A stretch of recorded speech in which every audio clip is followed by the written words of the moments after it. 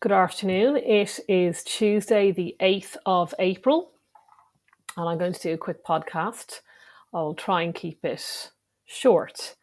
Um, Today, I'm actually going to talk about TV dramas and which dramas I have watched and recommend as a sort of break from the politics. But I will say something very, very quickly about the ongoing issue of um, of Trump's tariff wars. I saw a headline in the Irish Times today that says trade war could put a brake on asking prices for Irish property.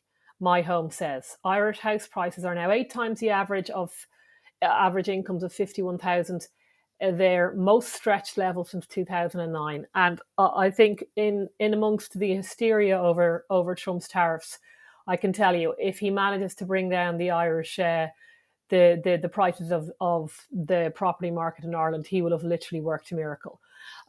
So most people like to think of all their value being held in their family home. However, I think a house should be just that, a family home, and not a way to further indebt the rising generation. So that's my only opinion on Trump's tariff wars. Um, but I saw a piece in the Sunday Times on Sunday, and it was a really great piece by a guy called Will Lloyd, who is probably very well known. I hadn't read him before. He was taking Jeremy Clarkson's column, and the headline was "Stop pushing TV hype on me. I don't watch anything at all." Where I'm quite jealous of that. And I think a previous commentator of ours, All Mouth and Trousers, had also said to me that pretty much all TV is propaganda. And Will Lloyd is in agreement with that. He says, he was talking about this again. We're still talking about adolescence, as I was yesterday, as you know. And he was discussing how Kemi Badenoch had been on LBC and had said she hadn't watched Adolescence, and both Nick Ferrari, who's on the right, and the absolutely insufferable James O'Brien, who's on the left, tried to whip us into a frenzy. The very idea that the leader of His Majesty's opposition hadn't walked or hadn't watched Adolescence was deserving of a political penalty. And Will Lloyd dispatches with that quite thoroughly and in a very, very funny way. It's a very funny piece. But then he says something quite important, and he says television, in other words, is propaganda. Even programs that are, as T.S. Eliot put it in his letter, superior and harmless, are still propaganda. The less television you watch, the more apparent this becomes. After months or even years going by without watching television, its carefully marshalled light and noise can be overwhelming. And Will Lloyd went on to describe how he was stuck in a hotel room in New York and started flicking through the TV channels. And again, it reminded him of just how powerful the TV propaganda is. So I broadly agree with him, and I, as I've said before, have watched very, very little TV, but I have watched some things, and some of which I have reviewed in various places over the years. And I just thought it would be quite nice if I told you all what I have enjoyed watching previously. I think the only benefit to watching TV is if you watch it with somebody else, usually a spouse or a child, and it's a shared experience that you don't have to, actually run around a playground, say, or it's sort of a slightly lazy occupation, but it's still a shared experience. And I think that probably is worth watching some TV for. Other than that, it is pretty much propaganda, especially now. Although I do look back wistfully to the few times where everybody was watching the same thing, and then you would go into school or work the next day on Monday, and this was the only thing people talked about. So that sort of sense of that shared experience, I do value, whether, as I said, it's either with a family member or even with your work colleagues talking about it the next day. Obviously, that's less and less now because you don't have terrestrial TV. So there were occasions when, for instance, I know at Pride and Prejudice, the BBC version, everybody watched Pride and Prejudice. You knew where everybody was during that hour on the BBC. I think that version was perhaps 1995. Obviously, you don't have that. Everybody seems to have watched Adolescence, but they won't have watched it all at the same time. I think the only equivalent you get now is with a sporting event that clearly is on at a set time and live, and you have to watch it then. So I'm going to go through the dramas that I have watched over the years and that I have really enjoyed. Now, the first one, most of these are period dramas taken from books. So I will say that now. And it may be that my male readers and viewers haven't watched it, or if they have, it's with a wife. But if you do want to have that shared experience with your wife, these are certainly the programs I recommend. So the first one is North and South. Now, I reviewed this before, and I will link to that. Now, this is not the North and South of the American version, which Sean Bean appears in. Now, that may well be a good program to watch. I'm not sure, but I'm talking about North and South, the BBC mini series, which is sometimes available on Netflix and maybe also available on Prime. I'm not sure, but it's out there. And if it's not out there currently in any of those, I'm sure you can get it on DVD on eBay, and it's absolutely worth getting. This is actually, even above Pride and Prejudice, which is saying something, my favorite drama of all. It is based on Elizabeth Gaskell's book of the same name.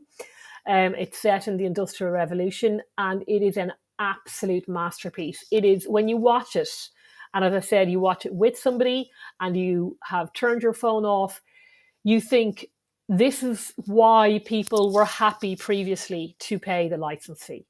It is absolutely spectacular. It's a beautiful, beautiful program. So it's set in the northern industrial fictional town of Milton, and the lead male character, an industrialist, is called John Thornton, played by Richard Armitage, and the female lead is the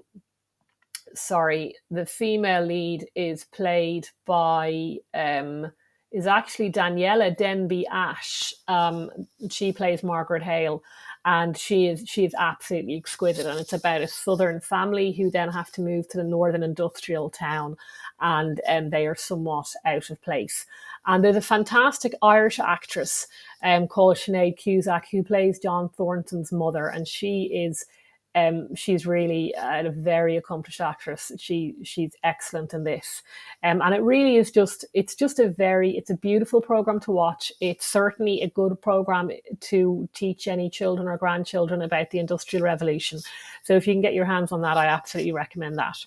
The second one then is, of course, the BBC version of Pride and Prejudice, and it amazes me that there are still serious people out there who actually have not seen this program.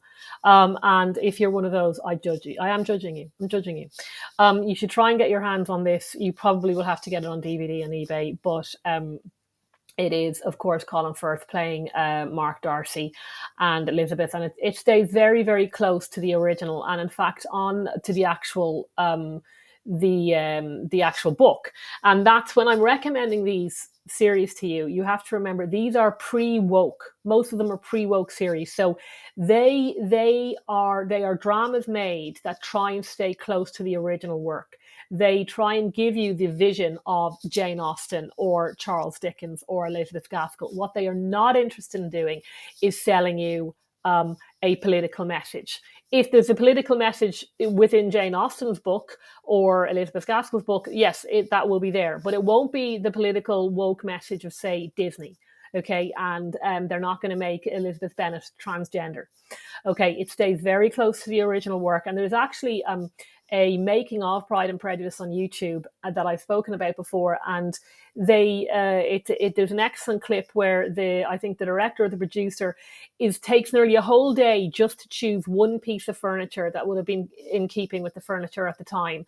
And she says very clearly that, she's obviously gone to the original work, she's read the book a number of times, and she wants to bring you Jane Austen's vision. She doesn't want to bring you the vision of, the feminist circa 1960 or the woke Wokarati circa 1925 or 2025. No, she wants to give you Jane Austen's.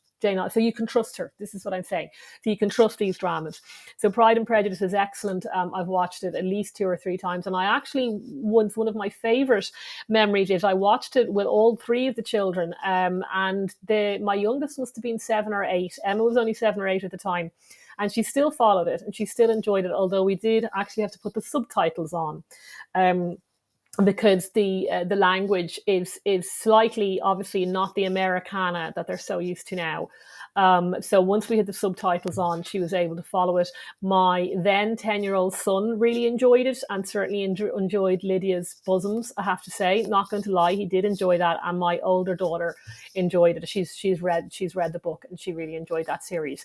So it is an excellent series. You may have seen it before, but I think it's always worth a second or third watch.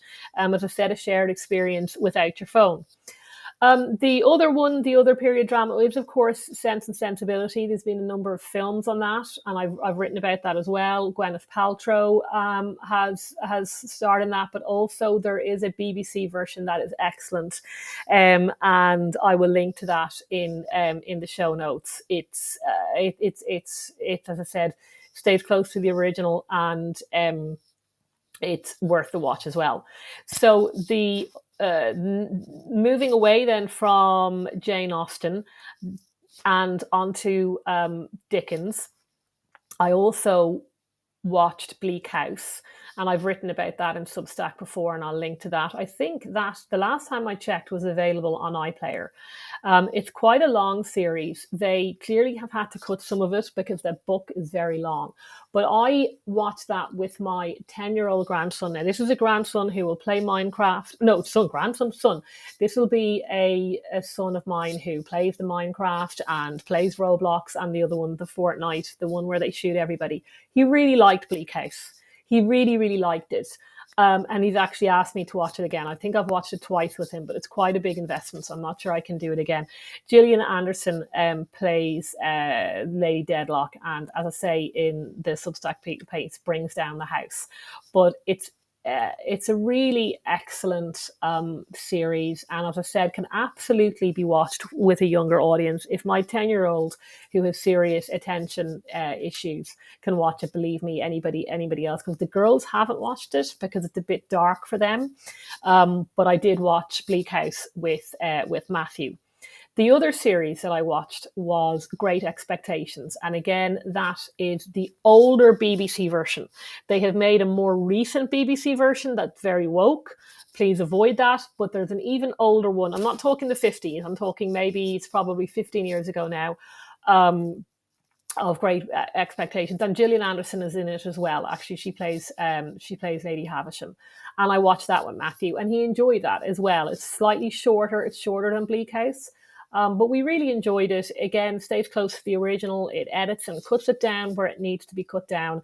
But I thought it was excellent, and Matthew's very unlikely to ever read Great Expectations. I have. So again, it's a good way to, if you know that a child isn't going to watch this or read a certain classic, it's certainly good that they know this is a good way to introduce them to it. Now, the moving away from Dickens then and turning to War and Peace. So the BBC have a version of War and Peace 2006, which I have spoken about over at Gript. I really really enjoyed War and Peace. For some reason, even though Matthew would enjoy it, I didn't watch it with him. I'm not sure why. I think I know why. It is a little bit explicit in places, and so I'm going to have to fast forward over that bit. But I think if I watch it again, that's from 2006. Lily James is in it. James Norton is in it. It's again, when you watch it, you think to yourself, this is worth the license fee. Now, somebody in the comment section when I talked about it over in Gript told me that it was a terrible version, and really strayed from the original work, which I admit I have not read War and Peace. It is on my shelf. But I enjoyed it. You know, if you're just looking for entertainment that isn't absolutely outrageous piece of propaganda, I think you could do worse than it's Andrew Davis again, and he has done a few of them. So I think if I watch that again, I probably will watch it with Matthew, who is now 13, and fast forward over the slightly inappropriate bits. But I certainly enjoy that.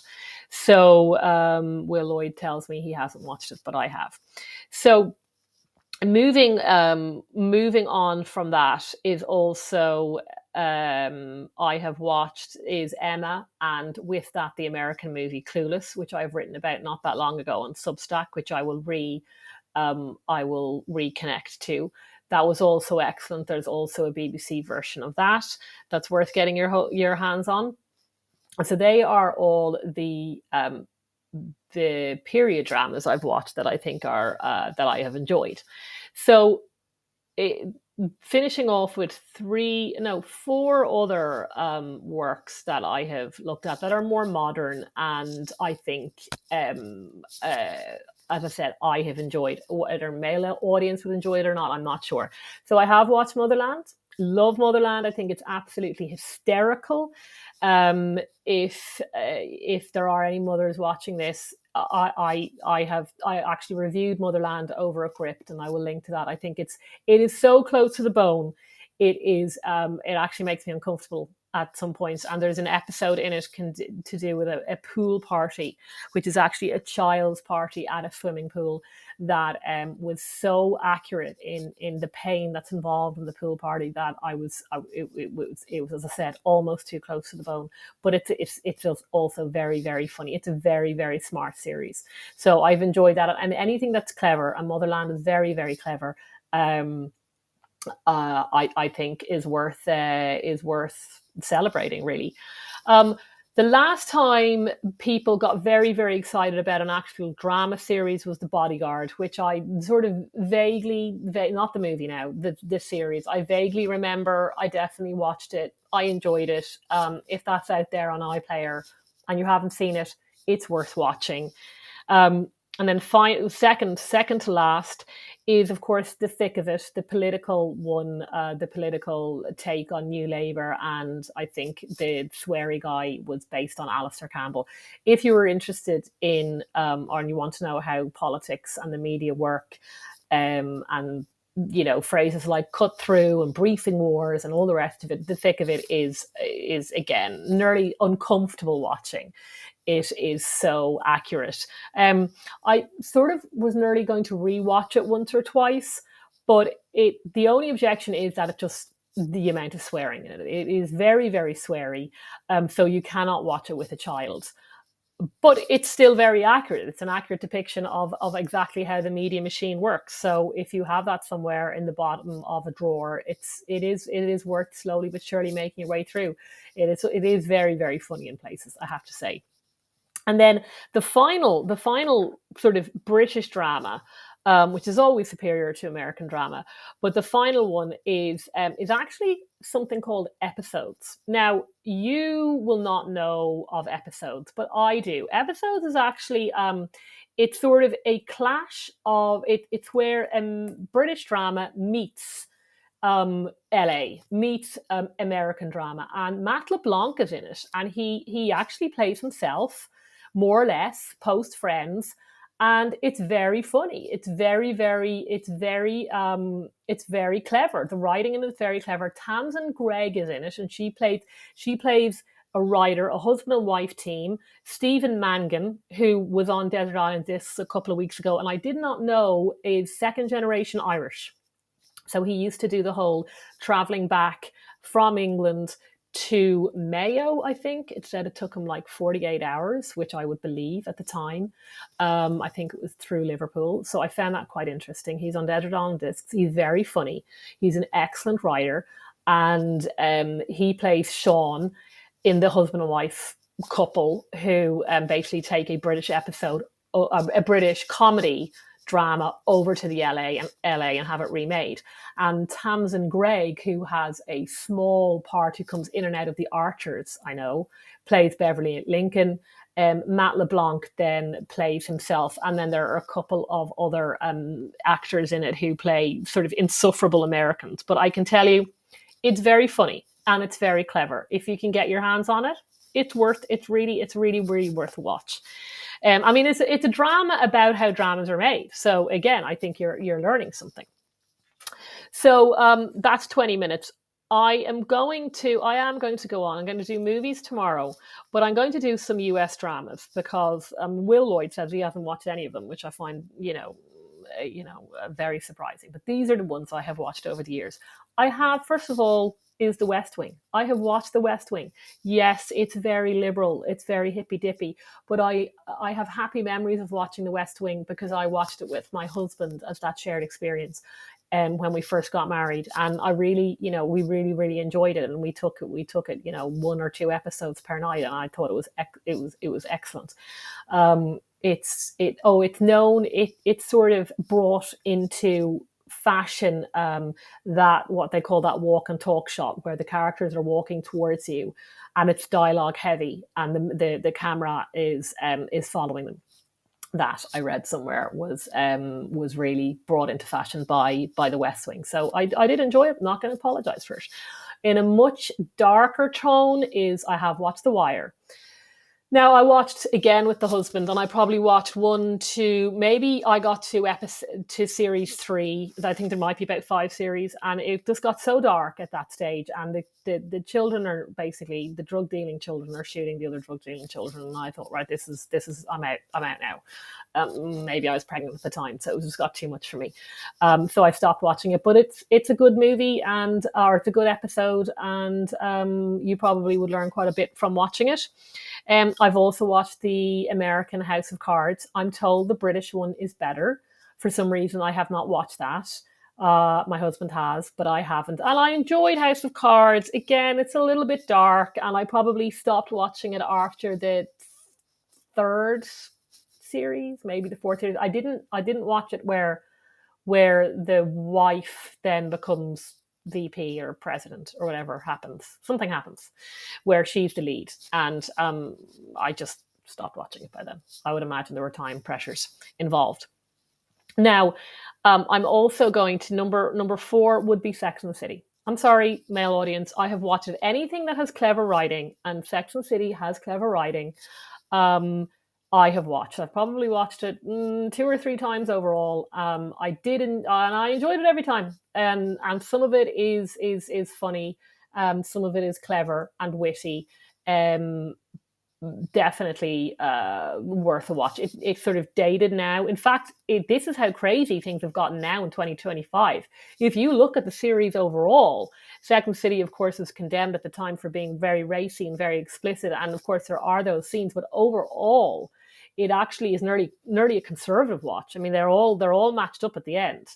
And which is why then they made the awful and Just Like That, which I haven't watched. I like watched half an episode of it, and it was literally unwatchable. So I had to stop. I have seen Friends. I've seen Friends more times than I care to admit, and as I said in the previous podcast, now the children are watching it, so I have to listen to all that canned laughter. It's funny. Friends is funny. Not gonna lie, Friends is funny. And it's got some very clever scenes in it and very clever writing in it, and that I will enjoy. And it's still running for a reason, guys. It's 30 years old and it's still running for a reason, and that is because it leaves you feeling quite warm and fuzzy. Obviously, very Americana. But the final episode, our final series I'm going to talk about, and it's actually my favorite, so I don't know why I've left it to last, is Frasier. Frasier, by far, is the funniest, the cleverest sitcom you will ever watch. Okay, I bought it on like Apple TV. I bought every single episode, and I watched it ad free. It's so clever. The storyline is clever. The writing is so witty.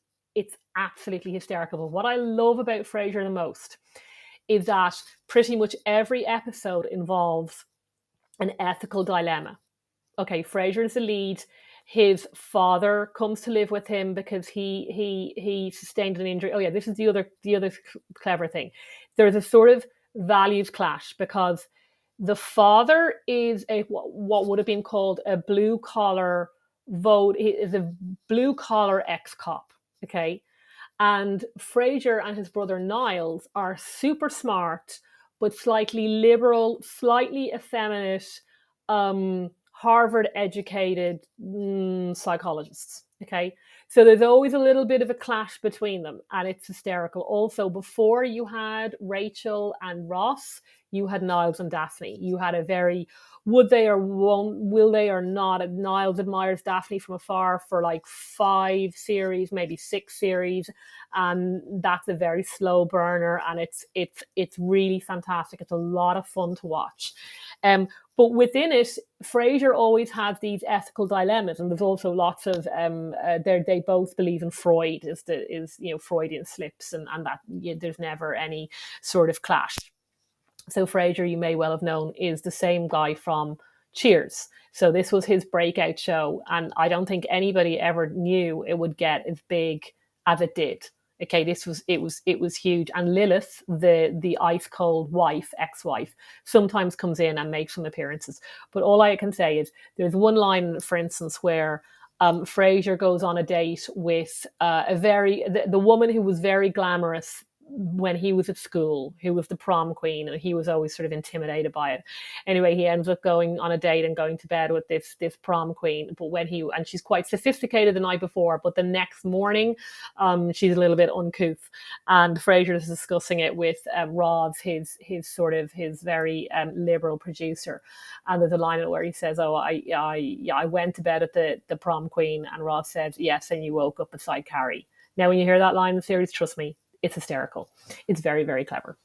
And there's one episode in it that's one of my favorite episodes, where Frasier gets locked in like a car park, and he feels he shouldn't have to pay the I think it's something like $2 fee to get his car out of the car park, because he never parked. He just did a U-turn.